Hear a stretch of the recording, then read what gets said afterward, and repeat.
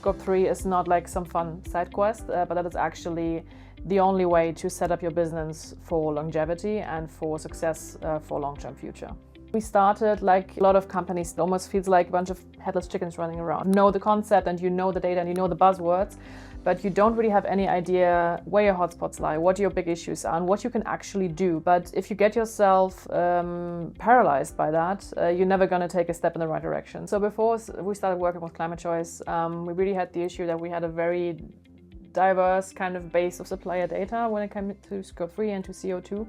And we didn't really have much clarity of where our hotspots were lying. And we just didn't have a setup process or a setup database for everything together and to inform our decision making. I think it was really difficult for us to accept that we don't have 100% the same database for every single process step, but that we have to kind of bridge some gaps, right? That we have to be brave in terms of bridging those gaps and really use partners like Climate Choice, for example, to enable us to get the data that we need and to be able to use that data as well, which is often, I think, the more difficult step. That's not a data problem, it's really an information communication problem.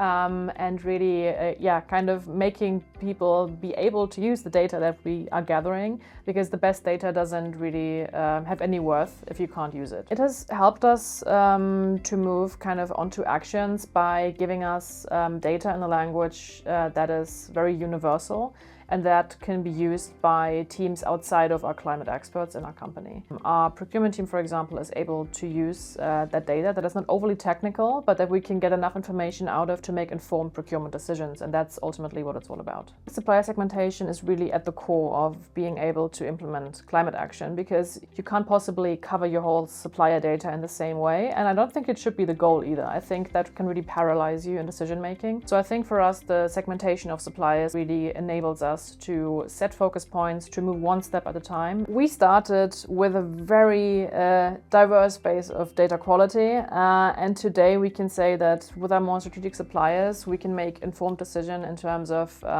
reliable long-term business partners when it comes to Scope 3 goals, to climate goals, and to business ethics in that way. The Scope 3 data by the suppliers is now part of our kind of regular assessment when it comes to choosing suppliers, basically. So it has the same worth to us as lots of financial data, as some compliance questions. So for us now, Scope 3 is part of that list.